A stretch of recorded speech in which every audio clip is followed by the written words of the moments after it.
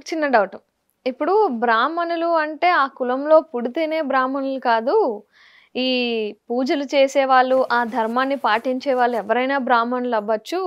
ఏ వర్ణం వారైనా బ్రాహ్మణులవ్వచ్చు అని అనే మాట నేను విన్నాను. అది నిజమేనా? అబద్ధమా? బ్రాహ్మణుడు అంటే క్రమశిక్షణ కలిగిన వాడని అర్థం. బ్రాహ్మణుడు అంటే అన్నీ తెలుసుకున్నవాడని అర్థం.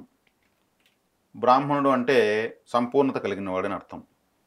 బ్రాహ్మణుడు అంటే బ్రహ్మజ్ఞానం ఉన్నవాడని అర్థం. హ్మ్. కాబట్టి పుట్టుకతో ఎవరు బ్రాహ్మణులు కారు. విద్యా వినయ సంపన్న బ్రాహ్మణ అని మనం ఇంతకుముందు అనుకున్నాం. హ్మ్. ఎవరికైతే చక్కగా క్రమశిక్షణ వినయ విధేయతలు ఉంటాయో వాళ్ళందరూ బ్రాహ్మణులే. మరి బ్రాహ్మణ కులము అని ఒకటి ఉంది. అది గొప్ప కులమే. వాళ్ళు పౌరోహిత్యం అవును. చేస్తూ ఉంటారు. చేస్తుంటారు. బ్రాహ్మణులు, నాయి బ్రాహ్మణులు, విశ్వబ్రాహ్మణులు అనే 3 రకాలు. ఇంకా కూడా ఎవరైనా ఉన్నారేమో ఉండొచ్చు. హ్మ్. విశ్వబ్రాహ్మణులు అంటే వాళ్ళు రావణ బ్రహ్మ విశ్వబ్రాహ్మణుడే, హ్మ్. శుక్రాచార్యుల వారు విశ్వబ్రాహ్మణుడే, ఇలా చెప్తారు. మరి వాళ్ళందరూ చరిత్రలో ఉన్నారు గొప్పవాళ్ళు. విశ్వకర్మ విశ్వబ్రాహ్మణుడే, వీరబ్రహ్మేంద్ర స్వామి విశ్వబ్రాహ్మణుడే. నాయి బ్రాహ్మణులు అంటే ఈ మంగళ వాయిద్యాలు వాయించే వాళ్ళు అవును. నాయి నాయి బ్రాహ్మణులు. అవును. వాళ్ళకు కూడా బ్రాహ్మణత్వం వచ్చింది. మరి వీళ్ళు అనాదిగా ప్రాచీన కాలం నుంచి యుగ యుగాలుగా ఉన్నటువంటి కులాలు ఇవి. ఈ అర్చకత్వం అనేది ఈ కలియుగ ధర్మం ప్రకారము వాళ్ళు తమ యొక్క విధులను సక్రమంగా నిర్వర్తించరని, అందువలన శూద్రులు వేదాలు వల్లిస్తారని, శూద్రులు అంటే బ్రాహ్మణులేతరులు, బ్రాహ్మణులు కాని వాళ్ళని కాని కూడా వాళ్ళు. వల్లిస్తారనేసి బ్రహ్మంగారి కాలజ్ఞానం కూడా చెప్పబడింది. హ్మ్. అంటే యుగ ధర్మం ప్రకారము కుల వృత్తుల వాళ్ళు వాళ్ళ వృత్తులను విస్మరిస్తారు. హ్మ్. ఇప్పుడు నాయి బ్రాహ్మణులు ఉన్నారు. నాయి బ్రాహ్మణుల పిల్లలు నాయి బ్రాహ్మణత్వం చేయడం లేదు. లేదు. వాళ్ళు ఇంజనీరింగ్ చదువుతున్నారు, డాక్టర్లు అవును. అవుతున్నారు, అవును. రాజకీయ నాయకులు అవుతున్నారు. అంటే వాళ్ళ కుల వృత్తిని విస్మరించినట్టే కదా. హ్మ్. ఈ కలియుగ ధర్మం ప్రకారము వాళ్ళలో కూడా మిగిలిన వృత్తుల్లోకి ప్రవేశించేదానికి అవకాశాలు వచ్చినాయి. హ్మ్. బ్రాహ్మణులు ఉన్నారు, వాళ్ళ పిల్లలు డాక్టర్లు ఉన్నారు, రాజకీయ నాయకులు. పివి నరసింహారావు గారు ప్రధానమంత్రి బ్రాహ్మణుడు. హ్మ్.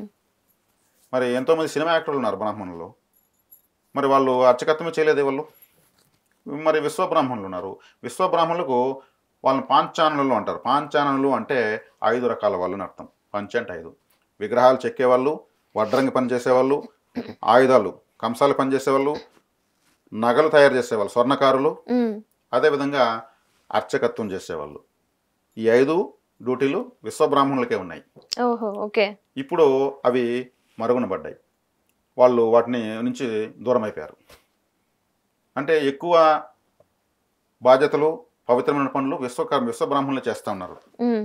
విగ్రహాలు చేయాలన్న వాళ్ళే, దాన్ని అర్చించాలన్న వాళ్ళే, దానికి ఆభరణాలు చేయాలన్న వాళ్ళే, మరి రైతులకు ఆయుధాలు తయారు చేసేవాళ్ళని వాళ్ళే. హ్మ్.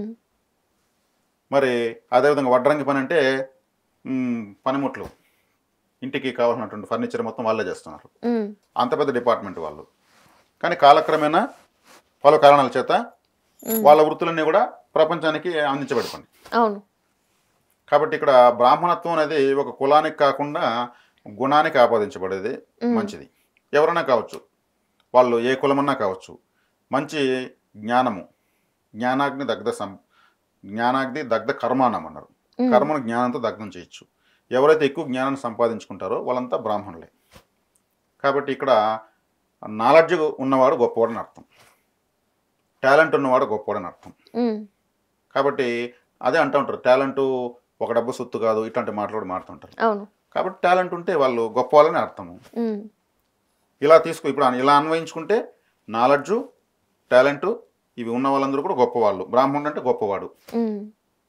క్షమించండి అంటే తెలుగు, సారీ అంటే ఇంగ్లీష్లో క్షమాపణ చెప్పే స్థాయికి అప్డేట్ అయిపోయింది సమాజం. అట్లా బ్రాహ్మణుడు అంటే గొప్పవాడని అర్థం, టాలెంట్ ఉన్నవాడని అర్థం. ఇది దీనికి. ఓకే. అంటే ఎవరైనా బ్రాహ్మణులు అవ్వచ్చు.